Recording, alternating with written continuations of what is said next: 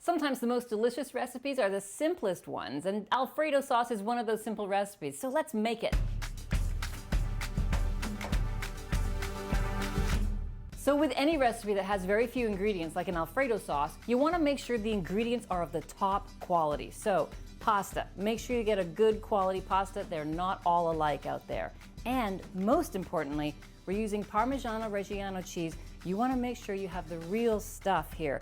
You'll know it's real because unfortunately it's got a pretty big price tag, but a little bit goes a long way, and it'll say Parmigiano Reggiano right on the rind. Pick up a block and grate it yourself. That's the best cheese to use for an Alfredo sauce. So I brought a pot of water to a boil, a lot of water. You need a big pot of water, even though I'm only making Alfredo for 2 people, which is half a pound of fettuccine. You need a lot of salt in that water. Remember, not all the water is getting absorbed by the pasta, just a little bit of the water. So it all has to be evenly salted. We want to be able to taste that salt in the water when we're cooking pasta. Once it comes back to a rolling boil, we're going to put our pasta in there and we're going to start making our cream sauce. So I'm putting cream and butter into a skillet, and we're going to let that melt together and then let it simmer very, very gently.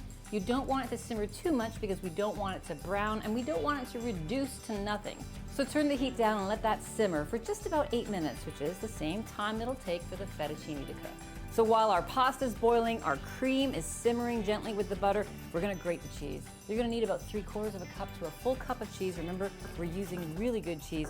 Grate it finely, and we're gonna incorporate that just at the last minute.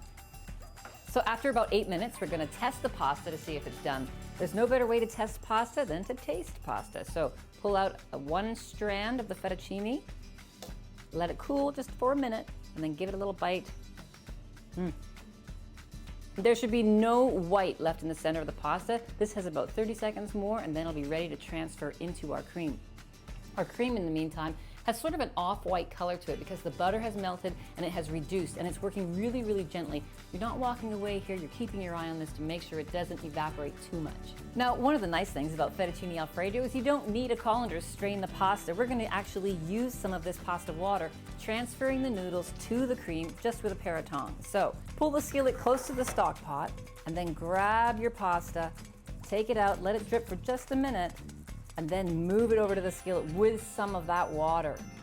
All right, now in comes the cheese, right? The pasta's hot, the cream is hot. We're gonna just sprinkle in that Parmigiano Reggiano cheese and just start mixing everything together. Now, Parmigiano Reggiano cheese is very salty, so we probably don't even need to add any salt to this, but you should always taste it before you serve it to your guests. Take a bunch in your tongs here, pop it onto a plate, and give the plate and the tongs a turn as you do this. This is gonna be delicious. Nice small portion there. Let's top it up with lots of freshly ground black pepper.